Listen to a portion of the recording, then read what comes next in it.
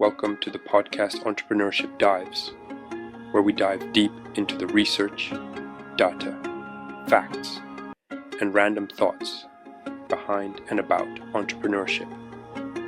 Here's something that'll blow your mind. In Latin America, some of the most successful small businesses are actually fleeing their home markets, not because they're failing, but because they're too legitimate to compete. Today's podcast is about the brand new paper by Sebastian Aparicio, Jorge Lengler, Roberta Aguzzoli, Carlos Sousa, Gabriel Benito, and David Urbano, published in International Business Review. My name is Jessica, and I am interviewing Sebastian and Jorge. Now, that's a fascinating paradox. What's driving these companies away from their own backyards? Well, it comes down to this massive study of over 5,700 small businesses across 19 Latin American countries. We found that when companies face unfair competition from informal businesses, those operating under the table, they're actually more likely to start exporting their products internationally. So these businesses are essentially being pushed out by competitors who aren't playing by the rules? Exactly right. Think about running a legitimate business, where you're paying all your taxes, providing proper benefits, following every regulation, and then competing against companies that skip all of that.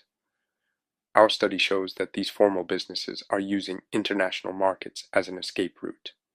But surely entering international markets would be even more challenging for these smaller companies?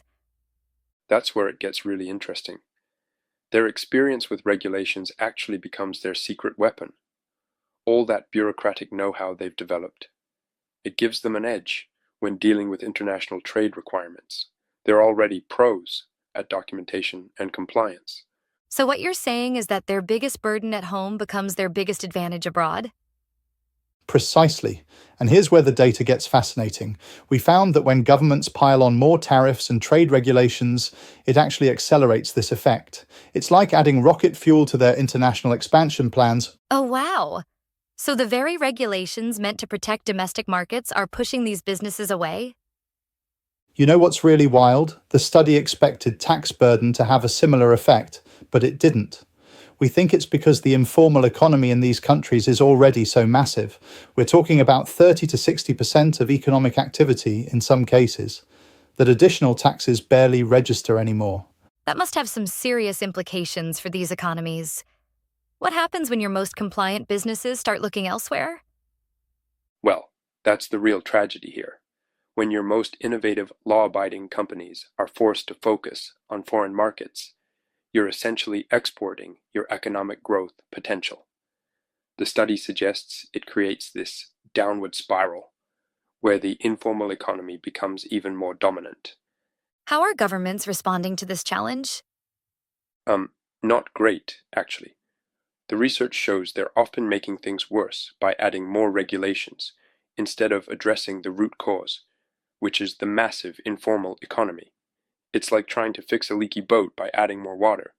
That's quite a vivid picture. What should these governments be doing instead? We are pretty clear on this. Governments need to focus on creating a stable, fair business environment rather than piling on more rules. We found that excessive regulations in an unfair environment just accelerate the exodus of formal businesses.